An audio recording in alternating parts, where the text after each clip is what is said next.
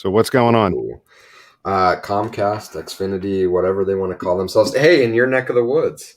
Yeah. Oh, yeah, yeah. Their main offices are 25 minutes away or so. I'm struggling, man. So for the past 9 days, the service has been up and down about, I don't know, between 8 and 10 times a day. Mm-hmm. And it's not long. I think the longest window has been about 10 minutes. It's usually about 5 minutes, 10 minutes, and then it will come back online.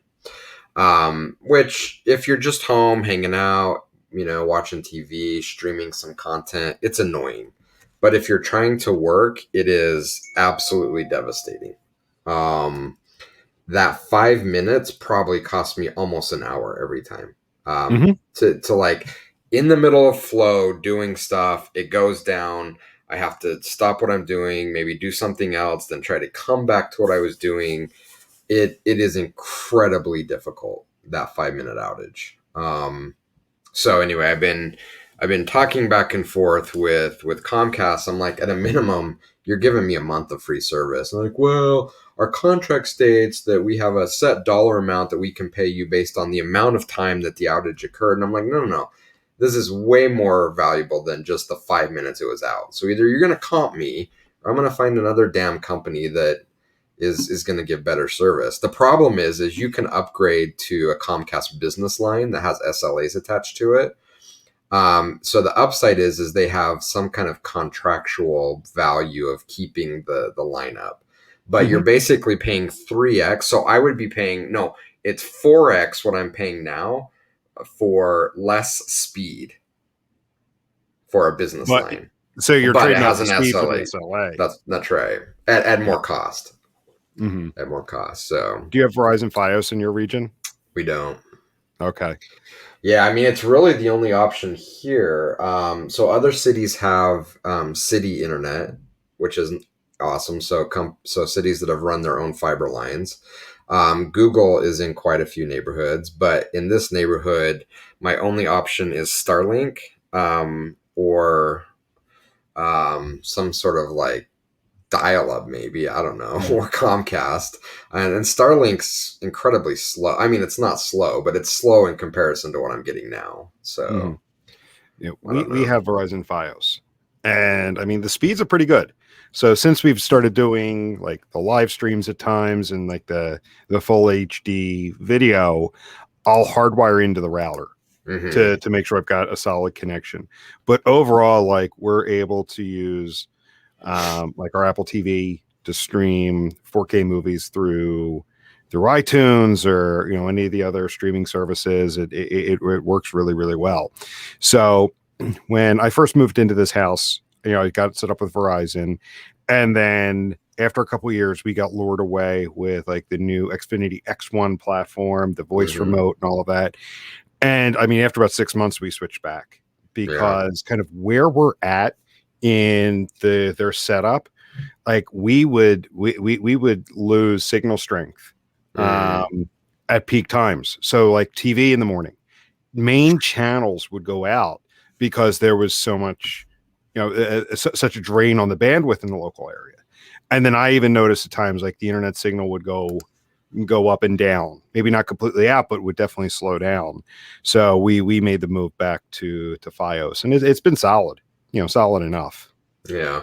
What kind of speeds are you getting? I haven't checked lately. I'd have to go Okay. look. Okay. I mean, my speeds when it works, I'm happy with. I'm getting about 700, even though I'm paying for 1200. Yeah. But think about I'm what you just said when it works. When it works. Yeah. So when it works, it's awesome. We can stream and have everyone connected all we want. But when it's down, and the most frustrating thing is, I have to let my dog out. Maybe the most frustrating thing is, hold on, let me let her out. I got you. I got you.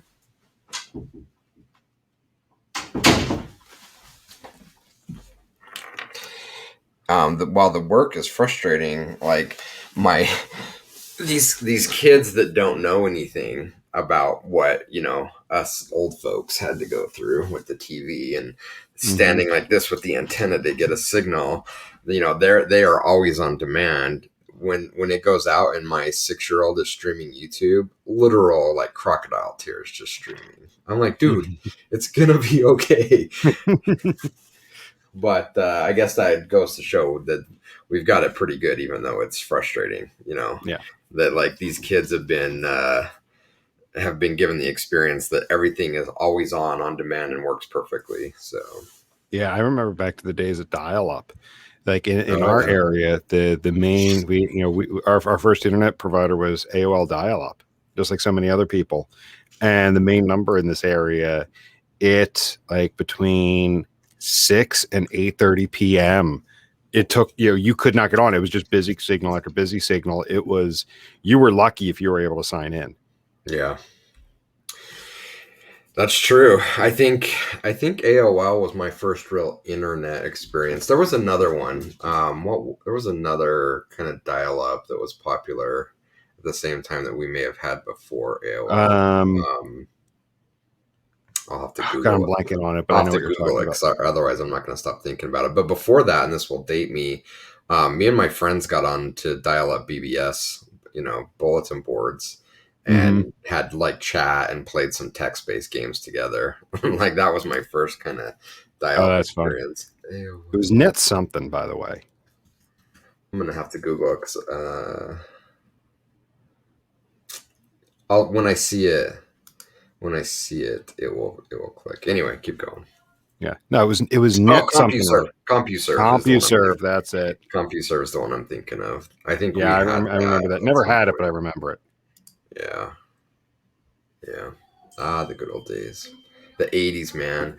Which reminds me, we've talked about this. We've talked about this guy, what's his name? Dr. Mix on YouTube. Yes.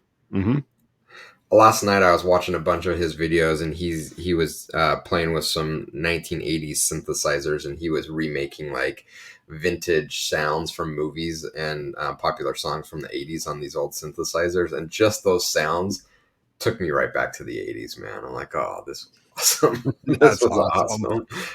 Yeah. So That's good stuff. Yeah.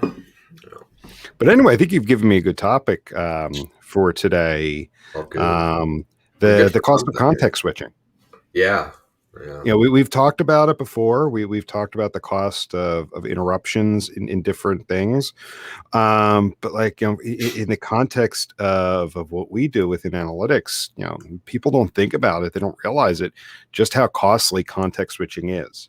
And the constant interruptions and moving from one thing to another, because I think most people in our space, whether they're on the technical implementation instrumentation side or on the analysis side, get these like panicked emails or with people going back into the office, these people coming over to their desk all panicked, like, I need you to do this right now. And it's, whatever is in the moment takes precedent and takes over, and you have to quickly move from one thing to another. And I've always said, like, people come over like, oh, just a quick question, just 5 minutes of your time. Well, that 5 minutes cost you 45 minutes. Yeah. Because it's never just 5 minutes. And then until you get focused on it again and get back to where you were, easily that much time goes by. Yeah.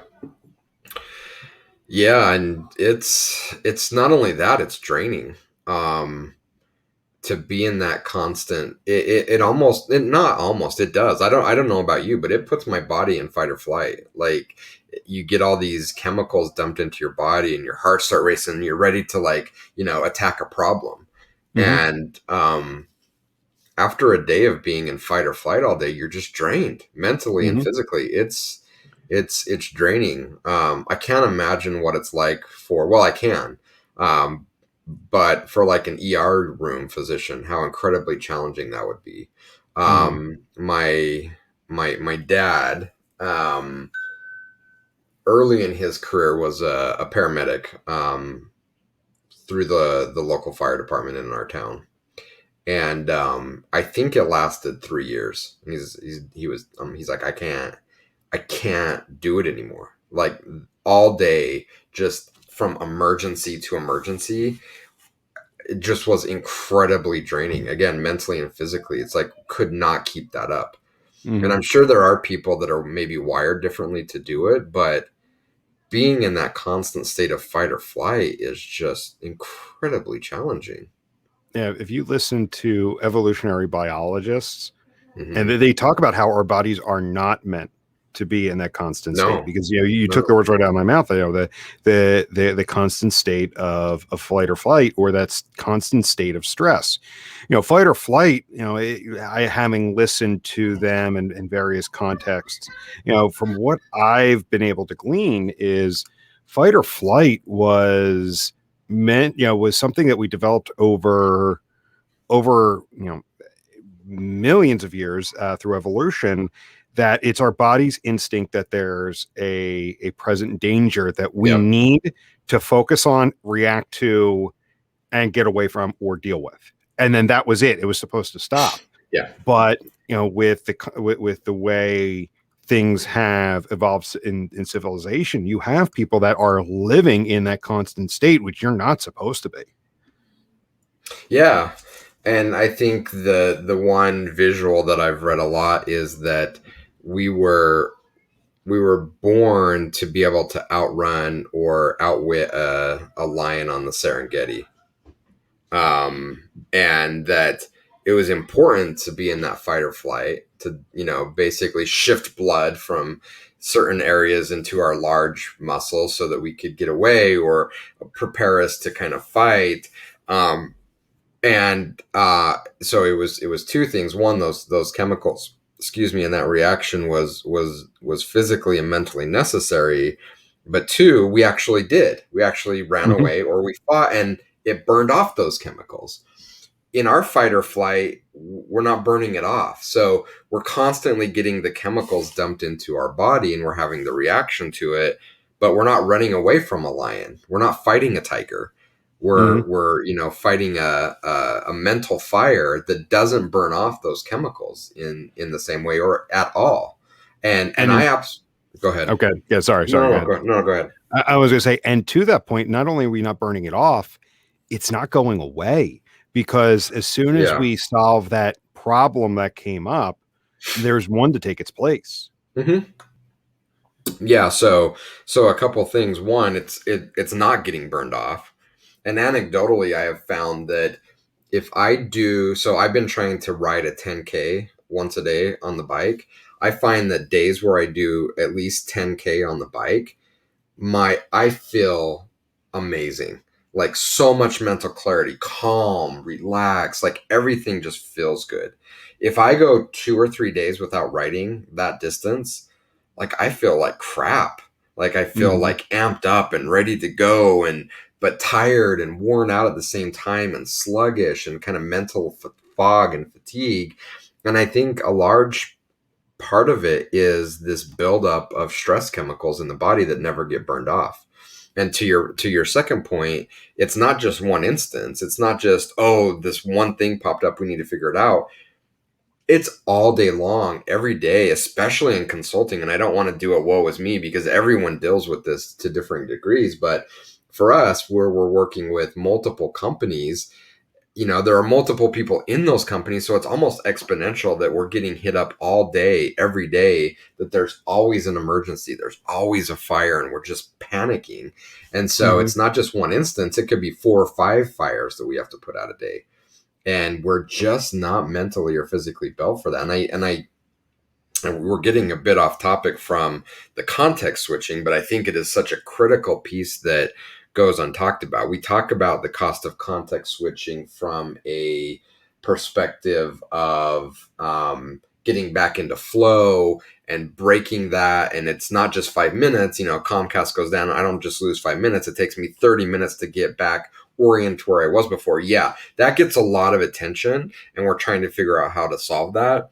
What gets much less attention is the fact that it's also putting us in this consistent fight or flight mode, and that's having compounding effects as well. So it's just toxic all around, but we're just so addicted to it.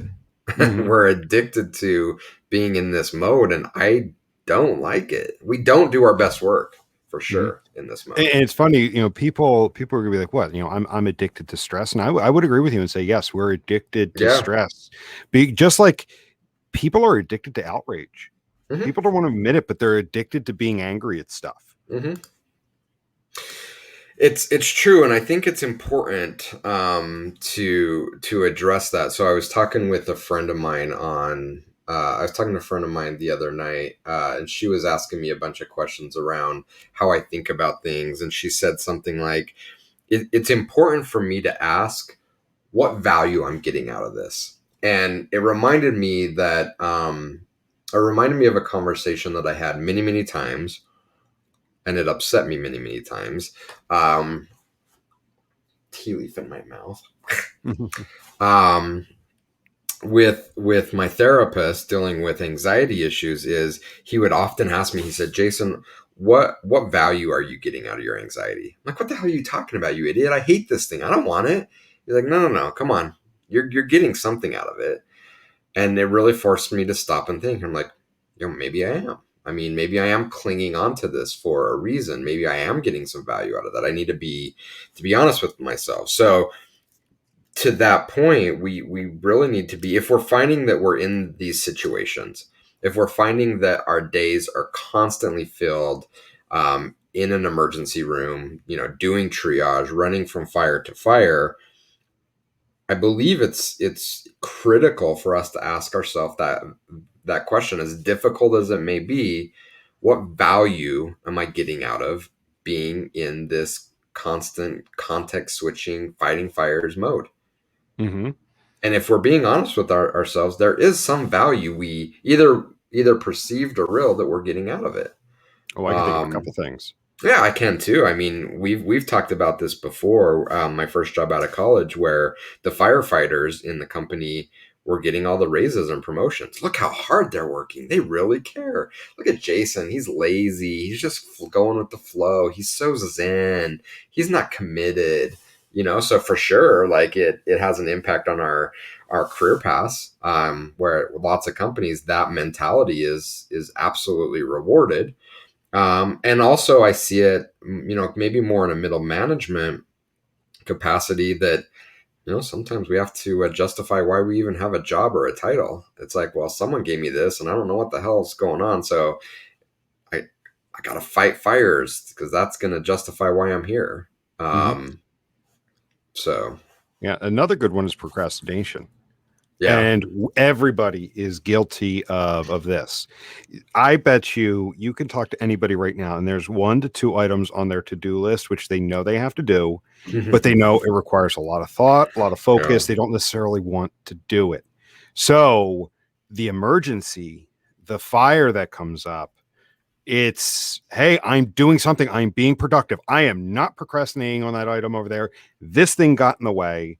I need to deal with this before I can go to that item that I've put off for 2 other days prior to this. It's funny you bring it up, because Because I I'm was. guilty of it, by the way. Like Oh, we all I'm are, totally guilty of it. dude. We all are, and I was thinking so deeply of this last night because I got a new thing here. Yes, nice. Because I don't have a laptop. I'm running on a desktop, but now it's apparent that we're gonna maybe start being a little bit more mobile and traveling Mhm. around a bit. I'm like, well, wait a minute, what am I gonna do? I was even thinking just kind of going and hanging out for a couple of days. I'm like, wait a minute, I don't even have a laptop. I can stay connected if I had to do some work. So I picked up a new MacBook. Um, but I was thinking about this last night, and I'm not a MacBook expert, but I was thinking, is it possible for me to set up like two completely different user profiles on there? One with like a very limited set of connectivity and software, and one that I really need to be fully in the office mode, where like if I wanted to go and maybe write or create content or work on a very difficult problem, that I wouldn't even get alerts from email or Slack or anything because I don't even have those on that profile. Like that's the depth I was thinking. I'm like, I need to go to this depth just to keep from being interrupted. Mhm. So Short answer is yes. long answer, it's probably complicated. No. It's possible. You just, you're managing two different profiles, but yeah, it's going to take some time to set up. But the short answer is yes. Yes, you absolutely could. Because like one of the things, and I've talked about it numerous times, is I keep my email closed throughout the day. I go through cycles where I open, I get back into the habit of opening it up and allowing email to rule my day. But when I'm really focused, my email is closed. I'll check it in the morning, respond to a bunch, check it in the evening, respond to a bunch, and then I'm done. Because of the fight or flight hit that I get from email, especially when I'm trying to do something complicated. I'm trying to do something that's time consuming. If I have email open, and I have alerts turned off, like I've got notifications turned off. I've got the do not, believe it or not, do not disturb is on for me from 9 to 6 every day. Most people do not disturb comes on at 7 p.m., 8 p.m. No, for me, do not disturb comes on at 9 a.m. So this way, like I don't get all the notifications in the upper right as Slack messages come in, as emails come in. And then I take it a step further and I don't have the little notification icon that I've got 3 unread emails. Oh, that drives me batshit crazy seeing those. I have that turned off, and then I even just have email closed. Because like there'll be times, like going back to what I was saying, like something complex or just something I need to buckle down and get this done, and email will come in, and one of two things happens. The fight, which is, oh, I know how we solve that. We go in, we do this, we could do this. And it completely takes me off. Or the flight, which is like, Christ, I don't have time to deal with this right now. Why are you emailing me? This is not important. Like it's one of those two things, and either thing completely sets me off. Because with the fight mode, with the very first example I gave is part of that is the fear is I want to tackle it now because I've started to think about it. I don't want to put it aside because am I going to remember the idea I had? Yeah. Like you go down this whole path and then, yeah, you're right. 30 minutes goes by. Yeah. And then we wonder why we can't do hard things. And I'm looking at myself, you and I had this conversation yesterday. I'm like, I am so frustrated. There's so many things that I want to do. I want to up our podcast or our content strategy game. And you and I have collaborated on a lot. I want to get this newsletter reboot going. I want to, work on our branding. I want to do so many things. I was like, I can't get to it. And I can't get to it because those are really incredibly hard things to do. And either A, I know it's hard and I'm going to get disrupted. And so I'm not even going to start it. I'm like, it's not worth starting it. Or B, I do start it, and to your point, an email comes in, and it does. I don't even have to open the email. Just glancing at the summary is enough to completely set me off and lose. And I've lost it. I've lost that flow. I'm like, screw it. I'll try this again another day.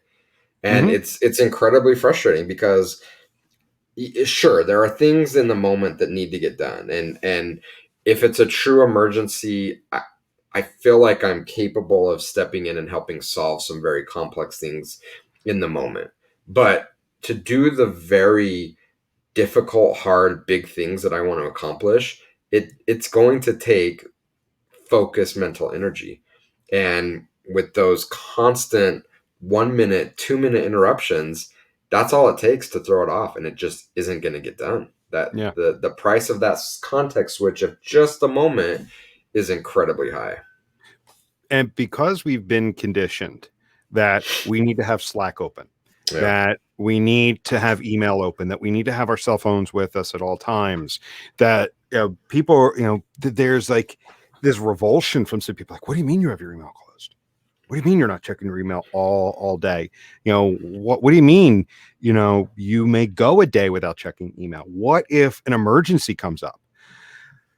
I'll tell you this, if I think back over the last 2 months, I think there have been maybe 2 critical things. And by critical... were they really that critical? Yes. Yeah. 2 out of 60 days. Yeah. 2 things have come in. And because I say that because when there is something extremely urgent, and I've said this multiple times before, I'm going to repeat it again, and people feel free to use this. It was a good maybe 10 years ago I came up with this because I had people constantly coming over to my desk.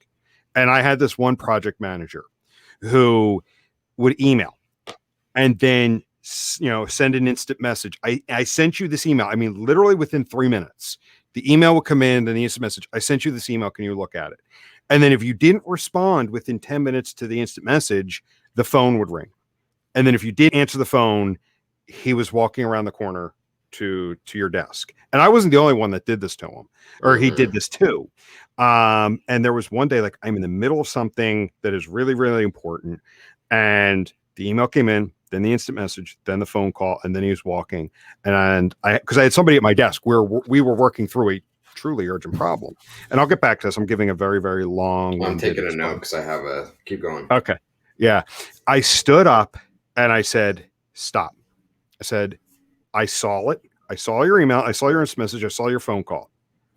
I'll respond when I'm done with this. And it was shortly after that I developed my rules for urgency. And part of this is tongue in cheek, but part of this was to set expectation. Based on the company I worked at, I said something is urgent because everything was always urgent with him, a couple of the other account managers. I have this urgent thing I need you to tackle. And 95% of the times it wasn't urgent at all. And it was distracting me from other work that had a deadline, had a timeline. So what I did was I came up with these rules where I'm like, if something is truly urgent, it needs to meet this. It has to be that something went out to production on a client site that is impacting the customer experience and preventing them from making money. Yeah. We broke the cart, we broke the product page, whatever. That's urgent. That needs to be fixed. Client has threatened to walk away from the business today. So how many times does that actually ever happen? Very rarely. But again, client says, if we don't get this answer today because you guys have been screwing around with a bunch of other stuff, we're walking away. All right, that's urgent. The building is literally burning down and I need to get out to save my life. That's urgent. Everything else may be important. It'll be addressed in due time, but if it doesn't meet that criteria, it's not urgent, because that is the only way I was able to build up a wall. So if we fast forward to today, when people say, like, yeah, what do you mean you have your email closed? What do you mean you don't immediately respond to Slack messages? Because I've built up rapport with the people I work with within the company, as well as our main stakeholders, that if something is truly urgent and it meets a criteria that we broke the site, that relationship is at stake, again, which that never happens, but just for context, if that is the case, here is how you get a hold of me. Mm-hmm. Other than that, I'll answer the email in due time. I'll respond back. I'll say, got it. We'll look into it, whatever. But they know that my email isn't open. And when you word it like that, you get a little more acceptance. But yeah, I think we've been so conditioned that we need to be available at all times. And if we try to put up some kind of barrier so we can really get the important stuff done, the stuff that takes time to do, that we're slacking off. Yeah. So I have three things that I was thinking about as you were talking. One is completely unrelated, or maybe it's not. I don't know. And if there's anybody from Argentina listening to our podcast, I apologize. I started drinking this mate. It's probably the most disgusting drink I've ever had in my life. It's not good. It's just not good. And I know people in Argentina are very proud of it and love it. It's not good. But the mental acuity this drives without the jitters of coffee is amazing. So take that for what it is. I'm quite enjoying that aspect of it. Okay, so two things related to this. Number one is, and I'm interested in your thoughts, how much of this is a mental mindset that it's enjoyable, or back to my question, what we're getting something out of being in firefighter mode all the time, versus how much of it is that we simply lack the intelligence or experience or maturity to properly evaluate things and put them in a proper conversation. So let me give you an example that I see all the time. Something is broken. We instantly go to whatever the most visible is. And we see this a lot in our line of work. We see it with tag managers. Something's broken on the site. Well, it's deployed through Adobe Launch. Adobe Launch. Something's broken in Adobe Launch. We all hands on deck. We got to fix this. This is critical. Come to find out, it wasn't in Adobe Launch. Maybe it was an issue with how you configured on the back end a tool that was deployed through Adobe Launch. Or two, it wasn't an issue at all. It was a training issue, or someone, didn't, misinterpreted the situation, or something else, that it was not even a technology issue at all. But our first instinct is jumping to what is right in front of our face, and it's an emergency and it's broken. We got to get in there. I don't know. I've lost track how many times I've jumped in and looked at code and helped diagnose a problem, only to come back and say, there is zero things wrong with this code. There's a problem with how this person evaluated this situation, how they reacted to it, what their perceived experience was. There's actually not a problem here at all. And so because of how we address it, we instantly go into this firefighter mentality rather than taking a step back and saying, okay, let's slow down. Let's make sure we fundamentally understand the problem and what we're seeing. And then let's make a plan of diagnosing what is happening. We don't take that approach. We take this emergency room approach of, this person's bleeding out. We got to start doing something right now. And I think that's a huge part of the problem. I'm interested if you've seen something similar to that. Yeah. So going back to your original question, which is it? I think it's a mix of both. And this is not meant to be a cop-out answer. It's a mix of both.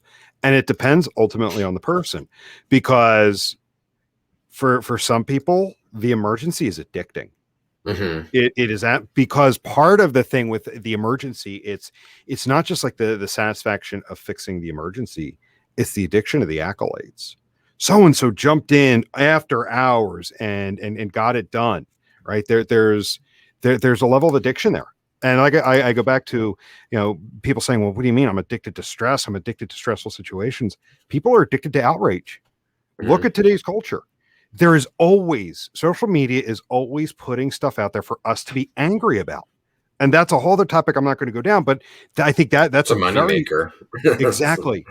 Yeah. And so there's an addiction with being outraged over stuff, and there's an addiction to the adrenaline rush that comes from that. Mm-hmm. But then I think that especially in our space, the technology has been so overly simplified that if there's a problem, Adobe Launch is involved. It's got to be something with Adobe Launch, and you did it, so figure it out. Yep. So people, the technology has been so overly simplified that the diagnosing of the issue has become so overly simplified. Mm-hmm. So when you look at those two things combined, that's where you get this perfect storm of a situation where people are constantly fighting fires. Yeah. And to kind of take that out one more degree in our line of work in MarTech, there's often this complaint of, well, why aren't the MarTech teams more advanced? Why aren't we doing, more and more important things? We don't have time, because we're putting our MarTech teams in these situations every day needlessly. So if the person that saw this problem was capable of at least thinking about it a little bit more deeply before panicking and lobbing in a request to the MarTech team, then we free them up to do more sophisticated and advanced things. But we're not. Again, to your point, like something happens. Oh, it's a problem with the MarTech stack.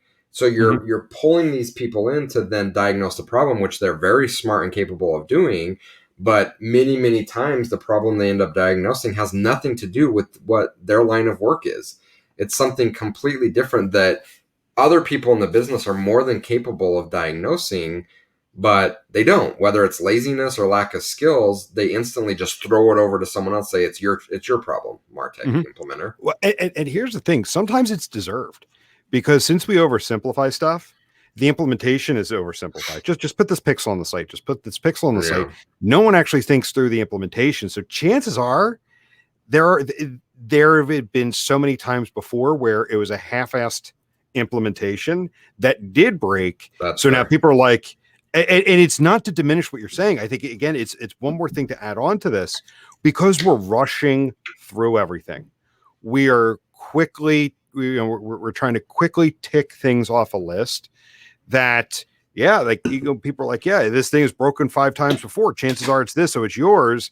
They quick rushed over, and it turns out no, they deployed a new page template, and a couple things weren't included, so stuff just isn't working. You deployed a new page template, didn't involve us, and the TMS header code is not included, so there's nothing on the page. Yeah. No, that's completely fair as well. My second point is we seem to be creating. We started off the conversation talking about my 6-year-old, having crocodile tears if the internet goes down for 5 minutes. Are we creating via technology or just culturally generations of people that lack the ability to have kind of breadth in the conversation, to the point of like everything's an emergency? If we're not getting a response right now, you and I think I was thinking about this as you were mentioning a colleague that would send an email and then follow up and then walk over to your desk if you hadn't responded within a couple minutes. And I'm not exaggerating, by the way. I don't think you are. And I see this with my kids, specifically my daughter, who will send me a text. And if I don't respond to her within like 3 minutes, she will respond to her text with a question mark emoji on her text saying, "Did you see this? What's going on?" I'm like, it's only been 3 minutes. Like, give me a chance to. So there's something happening where we're building in this expectation of always on with instant responses. Mm-hmm. And I don't know what that is. I don't know if it's pure technology, if there's something more societal at play, or a combination. But I see it getting worse before it getting better. That we're constantly in this always on, always having to respond right now state. And if we look back to how we started this conversation around doing difficult things, how are we ever going to do something where we have to? And I'm not talking about great periods of time, like 20 minutes, put away our technology and focus on one project. Are we capable of doing that anymore? No. Well, that's my gut answer. Yeah. It's going to take a lot of hard work for some people. Yeah. I told you back in the fall, I was debating going back to a flip phone. Yeah. Because I left it upstairs. This is great. It's not here with me. Because I was tired of being always on. Mm-hmm. And right now I am dealing with a client, and I've worked to address it, where there was one project manager. I would get an email, and if I didn't respond to the email within 10 to 12 hours, there would be a message for me in the public Slack channel for everyone to see. Hey, I sent you this email. Can you look at it? And I kind of had to address that. Like, listen, if a day and a half, 2 days goes by and I don't respond, chances are maybe I missed it. Yeah. But dear God, give me more than 12 hours. Give me a few minutes here, man. Yeah. So yeah, like we have been, and I've been thinking back to the mid 90s when a couple of us had cell phones. I know a couple of friends of mine had them. I didn't, but like, it was like explicit, like this is for emergencies only. You're carrying this for emergencies only. You're not using it for anything else. Like that is exactly what it's for. Don't give your friends the number. Mm-hmm. And like their parents would look at the cell phone bill and look at the number of minutes, because that was the time when like you had so many minutes a month, and if you went over, like you got charged out the ass mm-hmm. for it. And I think back to those days, and honestly, I'm thinking back to those days fondly right now. Yeah. Thinking back to, sometimes it shocks me when I say it, 25 years ago, before cell phones were ubiquitous, before the internet was ubiquitous, going back to like what you were saying earlier about dial-up, mm-hmm. Not being always on, because and I'm going to get very philosophical here for a second. I think being always on covers, glazes over. It provides a constant distraction for what could be very scary things. Because think about it, like before, if say your wife took the kids for a couple of hours on say a Friday evening. Hey, I'm taking the kids here, and you were home, and you didn't have the internet, or you had just a dial-up connection. You didn't have a cell phone. You could sit there with the TV on, but maybe you'd sit there with a book.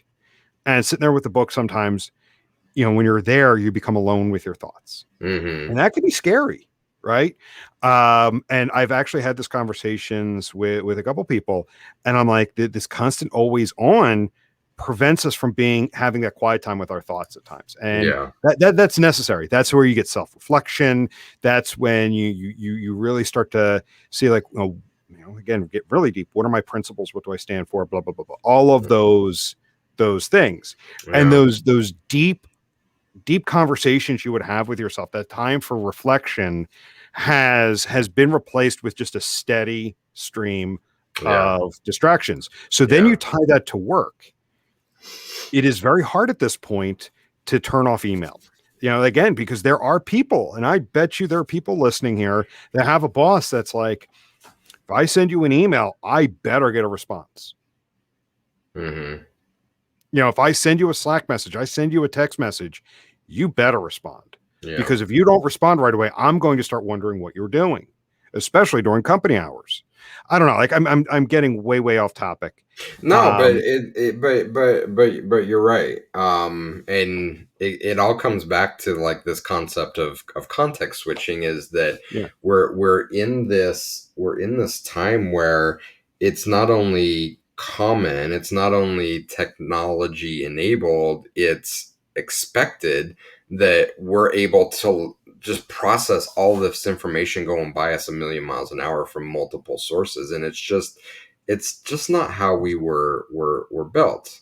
And to your point on the phone, there is a cost, but we're unable to see it as easy as we were before. Kind of going back to the 80s again. I remember that we had a brick phone that my mom had as part of her job as a school teacher.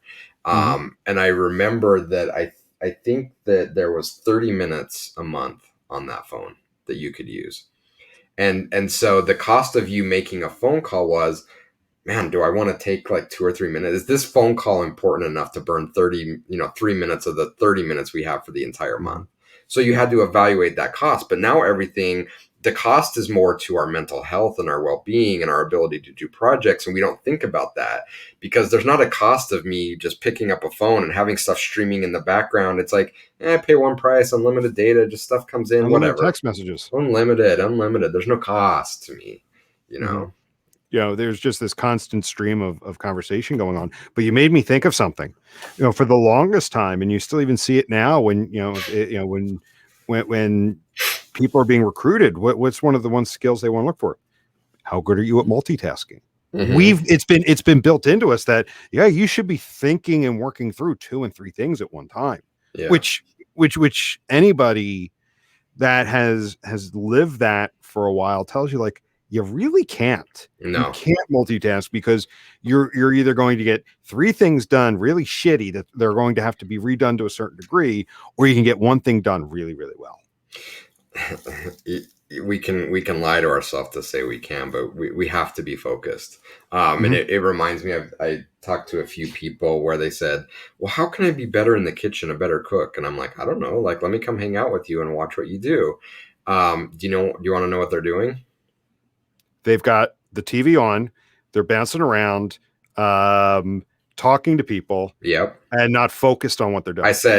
I'm like, dude, if you want to be a better chef, it's as easy as blocking all of that out. When you cook, you have to cook. You can't put something on the stove and then say, okay, I have 5 minutes to go and put this bill in the mail or check my email, or, you can work on all the techniques in the world and refine that. But if you're not focused on your job and you're trying to multitask while you're cooking, you're never going to be an amazing chef. And it's true for everything. We can convince ourselves that it's not, but it is. We can convince ourselves we can do 2 or 3 other things while we're doing this one project, but the reality is it's just like cooking. Sure, you're going to end up cooking something that's probably going to be okay to eat. It'll be decent. Maybe a few times you'll burn it and it'll be horrible, but it's never going to be amazing. It just isn't. Mm-hmm. As we wrap up, I want to leave with this analogy, kind of bringing it all full circle back to how we started this conversation around context switching with an analogy I do think of at times. So we've all done it. We've all gone on a road trip, and sometimes like where we have to get to, like we have kind of an open-ended thing, as long as we get there by this day, if we get there by noon, we get there by 3, it's okay. Right. Mhm. That, as long as we get there before 5, we're fine. There's other times when we're leaving on a road trip. It's like, shit, we have to be here by this time, by this day. We need to make sure we're making good time throughout the trip. Well, if you really think about it, along that road trip, every time you make a stop, it's not just the 10 minutes that you're in the convenience store or the 15 minutes filling up the gas. It could be 30 minutes that you actually lose. Again, the slowing down. So losing the momentum of actually the direction that you're supposed to be going to get off the highway, per se. Say you're driving on a highway. The slowing, like this is how like specific you can get to the slowing down to get off. The time finding a parking spot. Maybe your stop is not right off the highway, but maybe it's a half mile down the road. So you're kind of going out of your way a bit. All of those little things start to add up. So it's like, man, like that stop was a lot longer than we thought. You realize a couple hours down the road, it's like, shit, we should have been past here by now 45 minutes ago. It's all of those little things start to add up. Absolutely. And I think there's 2 ways to look at it. One, you can look at it as an unforeseen or unnecessary stop that's going to pull you out of your way that you don't realize you're losing all this time. You can also look at it as, well, at some point in time, we actually do need to get gas. Otherwise, we're going to run out and not going to make it to our destination. So wouldn't it be better, rather than compressing everything and making that a inconvenience, wouldn't it be better to take a step back and say, okay, let's not rush this. Let's plan. Let's think through what it's going to take to actually do this in a meaningful way. And let's build that into our schedule. And let's build in time for unexpected things to come up. Well, if we're capable of doing that, then even emergencies are more manageable. It's where we put ourselves in these whether perceived or not time pressures where things get incredibly difficult, right? So yeah.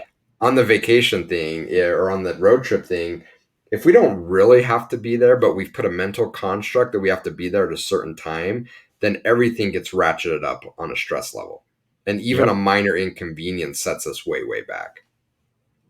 If we really do need to be there at a certain time, then it seems like it's much more important for us to take the time to properly plan and think through so we don't put ourselves in these positions unnecessarily.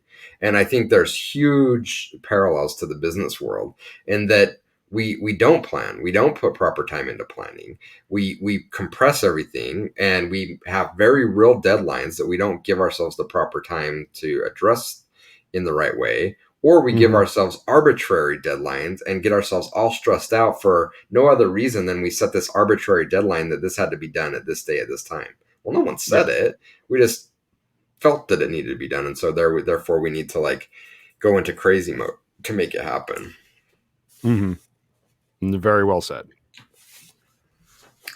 Cool. And the internet held out for us. Amazing. Something was working. So yeah, I was stressing out that it would drop, but we went a full hour without dropping. We got it in. We made it happen. Yep. So, cool. All right, cool. So we'll go ahead and wrap up from there and catch everybody later. All right. See you. See ya.